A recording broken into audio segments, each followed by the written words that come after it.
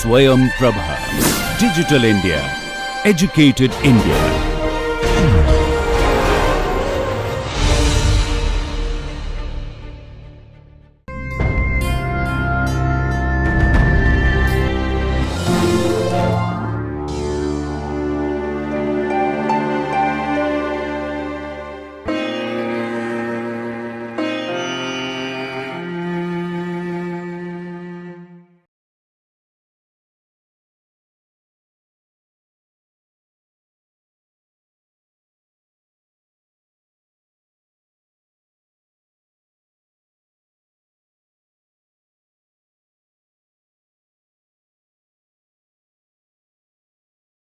Hello everyone and welcome to this lesson. In this lesson we are going to learn an important helminthic infection. The helminthic infections, though their prevalence has overall come down, but they form an important differential diagnosis for pyrexia of unknown origin or some other clinical diagnosis. Hence it is important to learn some of these common helminthic infection. Let us begin today's class.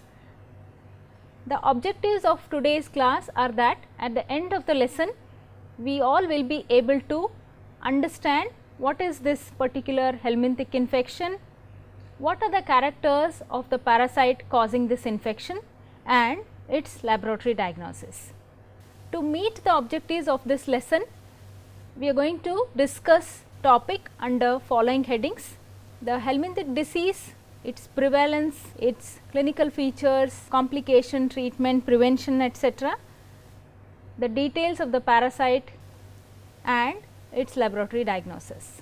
So, let us take the example of two case scenarios which will help us to understand in a better way.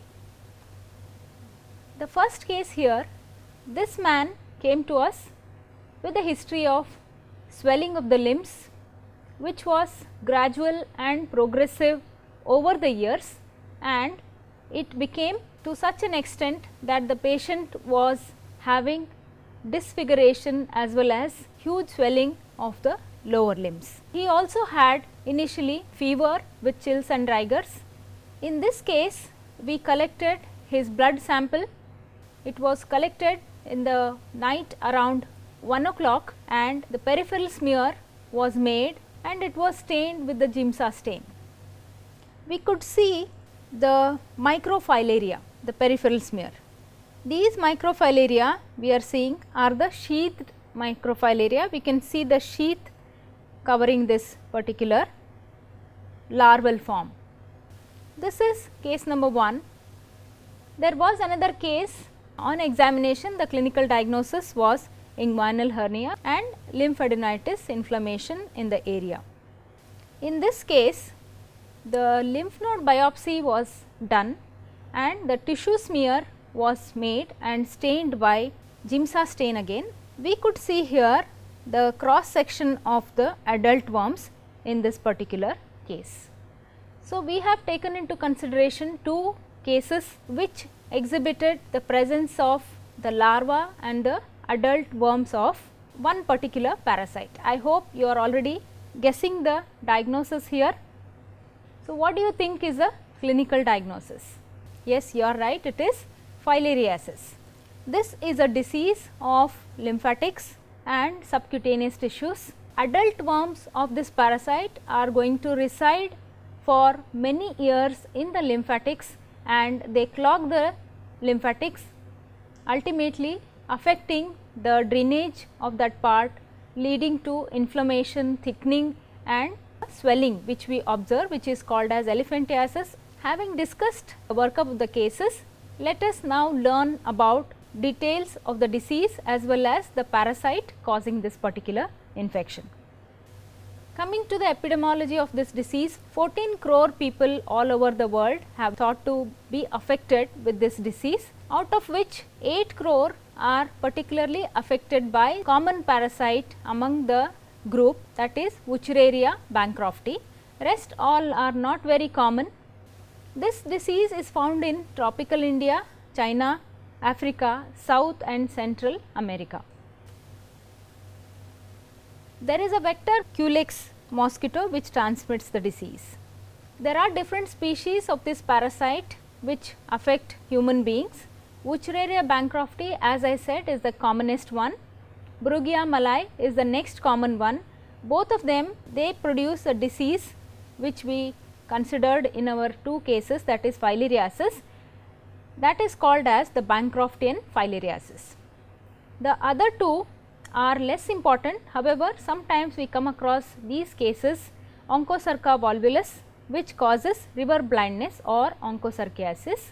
Loa loa also affects the eye. The others, particularly Mansionella perstans, are not usually going to affect human beings. Wuchereria bancrofti is the common species we come across. It exhibits itself in three different morphological forms: the adult forms, microfilaria, and the larval forms. The next level microfilaria are L1, L2, L3 larvae. The adult female of Wuchereria measures about 8 to 10 centimeters and which is located in the lymph nodes and the afferent lymphatics. They may be present in the retroperitoneal or renal lymphatics, which are commonly observed. Adult males measure about 2 to 4 centimeters in length by 0.1 millimeter in diameter. As we are seeing here, female adult worm is longer compared to the male, and there are few other morphological differences between male and the female adult worms. They reside in the lymph nodes and they grow to adult forms, then the male fertilizes female, then they start producing microfilaria or they start releasing the microfilaria into the efferent lymphatics. Friends, after having learnt about the epidemiology of this disease, we shall now consider the morphology. Wuchereria bancrofti exists in three different morphological forms: adult, microfilaria and larvae. These are slender, long organisms.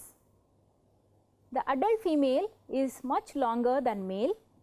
It may measure in lengthwise up to 8 to 10 centimeters, and the adult male is up to 2 to 4 centimeters. They exist in the lymphatics in human beings.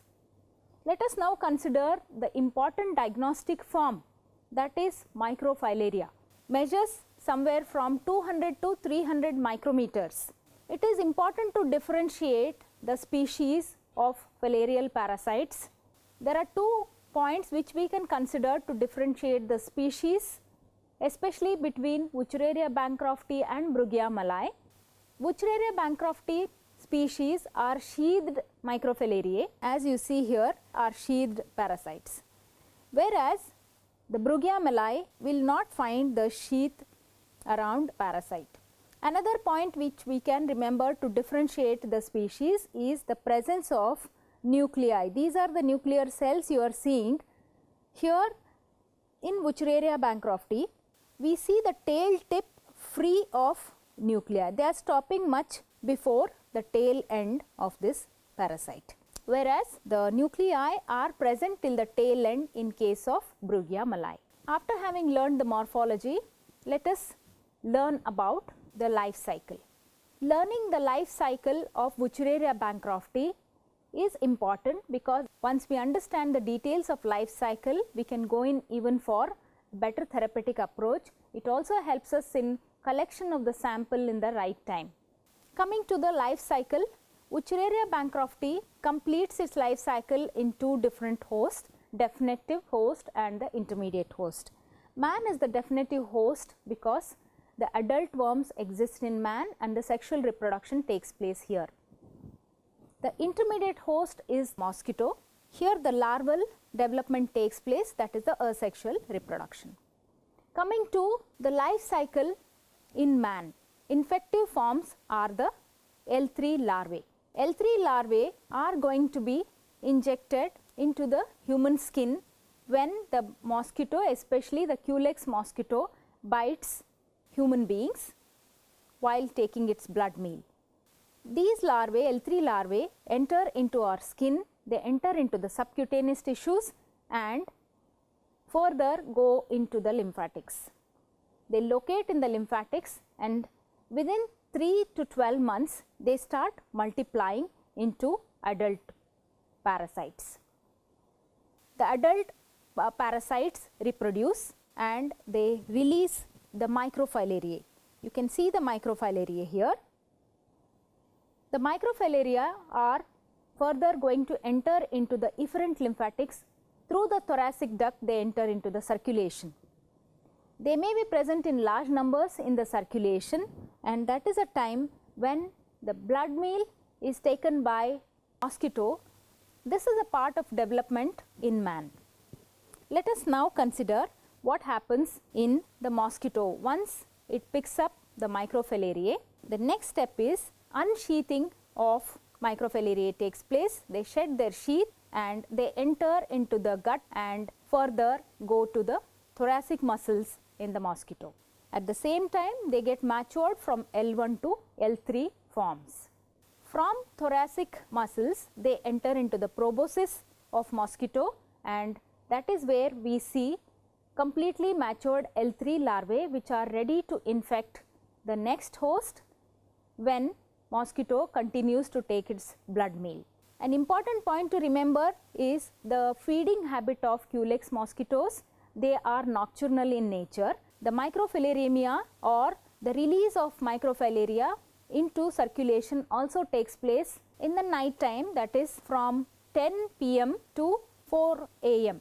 This is the time when the blood meal is taken by the mosquitoes and they take the microfilaria into them, and this is how the life cycle continues. Friends, after having learnt Wuchereria bancrofti life cycle, it is important to learn its pathogenesis. Pathogenesis not only helps us to give clues about therapeutic measures to be taken against the disease, as well as it will help us to devise new drugs or the vaccines against this. What are the forms which are important in initiating the inflammation? Chronic inflammation is set up in this disease. They are not the microfilaria which are pathogenic, but they are the adult worms which are the pathogenic forms. Live adult worms as well as the dead adult worms are important. As long as adult worms are live and multiplying in the lymphatics, they keep the lymphatics patent, and that is the reason we do not see presentation of the disease up till 3 to 4 years. Once the adult worms die, they block the lymphatics. The live adult worms not only cause irritation, they release the toxic substances which adds up to the inflammatory damage, resulting into lymphangitis, lymphadenitis and non-pitting edema. The edema is also typically described here as the brawny edema. When the dead adult worms block the lymphatics, that also sets up enhanced granulomatous reaction in the tissues, leading to fibrosis, dilatation and thickening of afferent lymphatics. That is how chronic and slowly progressive thickening of the skin takes place, which we call as elephantiasis or hydrocele. Friends, now let us learn the clinical features. Learning the clinical features will not only help us in the diagnosis, but also helps us in considering the differential diagnosis. Most of the time the patient may be asymptomatic. Even if there is a heavy microfilaremia, we may not find any symptoms in the patient. As I have already said, they are non-pathogenic forms. But when the adult worms are present in large numbers in the afferent and efferent lymphatics, they are going to lead to lymphatic dysfunction and lymphatic edema. Lymph stasis or blockage will result into elephantiasis. Frequently the lower limbs are involved here. Hydrocele and scrotal elephantiasis is also the presenting forms. Depending upon the site of involvement, patient may also present with chyluria, chylothorax, chyloascites or chylous diarrhea. As we know, the other species can cause onchocerciasis. It may result into river blindness. Loasis can be another presentation wherein there can be eye involvement, and episodic angioedema, calabar swellings are the typical presentations of loasis. There is one more clinical presentation which is typically called as pulmonary tropical eosinophilia syndrome. Microfilaria may not be present in the circulation, they are hidden, that is the reason we call this particular presentation as the occult filariasis. Occult filariasis is nothing but the hypersensitive reaction to the filarial antigens. Microfilaria are trapped in the alveoli and there is eosinophilic infiltration along with other inflammatory exudate. Patient presents with fever, cough, weight loss and wheezing especially in the night. On examination, the patients may have lymphadenopathy, eosinophilia, increased antifilarial antibodies and high serum IgE levels. On the chest X-ray, we may find mottled lung opacities. This is a typical presentation in case of tropical pulmonary eosinophilia syndrome. As of now, we have covered details of the disease and the details of the causative agent, particularly Wuchereria bancrofti, the morphological forms, life cycle and the pathogenesis. Now, let us consider the detailed laboratory workup in such cases. How do we go for lab diagnosis of filariasis? We will consider it under microscopy, culture and serological technique. There are different steps of lab diagnosis available. We can demonstrate the microfilaria in the peripheral blood, we can demonstrate the adult worms in the lymphatics and the tissues. We can also go for some serological tests which are, although non-specific, they can be of some help when there is antigens as well as antibodies can be demonstrated. There are some molecular tests as well. Let us take one by one the steps of lab diagnosis. First and the foremost is demonstration of microfilaria. Microfilarial forms act as the diagnostic forms. They can be very well demonstrated in the peripheral blood. We can either go in for the wet mount examination or we can examine them after staining the peripheral smear. This is the direct examination. If the number of microfilaria are lesser sometimes, then we can go for concentration techniques. The wet mount examination of capillary blood, the blood should be collected from the capillary. Venous blood is not usually suggested. To collect the capillary blood, we usually choose earlobes as the site for puncture. The common stains which are done are Giemsa and field stain. The concentration techniques are capillary blood centrifugation, venous blood centrifugation or venous blood filtration. Sometimes when the blood is collected in the wrong time, we may not be able to demonstrate microfilaria in the peripheral smear. One particular test which is called as the DEC provocation test, that is diethylcarbamazine provocation test. This is a compound which is given 100 milligram orally 35 to 40 minutes prior to collection of blood and made the smear, then it is going to yield the better results because the DEC is going to provocate the release of microfilaria into circulation.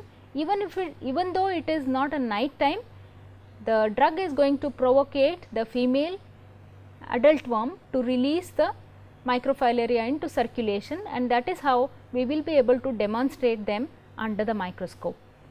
Peripheral smear, as we already saw in two of our cases, that show the presence of microfilaria, and as I already said that the tip of the microfilaria very helpful in differentiating between the species. Wuchereria bancrofti is going to have the nuclei stopping little away from the tail tip. This is one of the characteristic feature, and also one most important thing is these microfilaria of Wuchereria bancrofti are sheathed parasites. We can see the sheath here, we can see it here as well. Sometimes we can demonstrate the adult worms, although the lymph node biopsy is not really indicated. When we fail to demonstrate the microfilaria, we can go in for the tissue smear, which might show us the presence of adult worms after staining them with either HND, fields or Giemsa stain. These were the test which we actually used to demonstrate either the adult worm or the microfilaria in the tissues or in the peripheral blood. There are some serological techniques, though they are non-specific. There can be cross reaction with the other helminthic parasites as well, but sometimes we can adopt these techniques as well. The important tests in this group available are passive hemagglutination test, fluorescent antibody test or the ELISA test. They may either demonstrate the antigen or the antibody rise microfilarial antigens. Another mode of diagnostic facility available are the molecular techniques, especially the PCR is the diagnostic technique which will help us to detect even if there are few circulating antigens present in the tissues or in the blood. So, we have covered the lab diagnosis of filariasis mainly through demonstration of microfilaria, adult worms, serological and molecular technique. Coming to the treatment. Treatment is diethylcarbamazine, which is the drug of choice. It is given 6 milligrams per kg per day. It can be given for a long term. Other modalities available are if the patient has already had the complications of filariasis like the hydrocele or inguinal hernia, then he needs the surgical intervention. Patient may be benefited by venous shunting, or in case of edema of the limbs, foot end elevation might help, or elastic drape bandage are some of the other things which will help in recovery. How do we go for prevention of these diseases? It is a vector borne disease. So, vector control is a very important step what we need to take. We know that one larva which is entering the human being through the bite of the mosquito is just going to get converted into one adult worm only, because the larvae are not going to multiply inside the human beings. Sometimes we see severe infection. How is this possible? It is possible through the bite of multiple mosquitoes, as we should remember that there is no multiplication of the larvae which is going to take place inside the human beings. Also, the vector control is important because there is no animal reservoir. Another thing what we can do is mass treatment with diethylcarbamazine in the communities. These are some important measures what we can take to prevent the disease. So, till now we have covered this lesson under 3 headings: the details of the filariasis, the parasite causing, that is Wuchereria bancrofti in detail, and the laboratory diagnosis. By doing this, I hope we have met the lesson objective. We have understood the helminthic infection, parasite characteristics and the laboratory diagnosis. These are references for the pictures which have been used in this lesson. Thank you very much.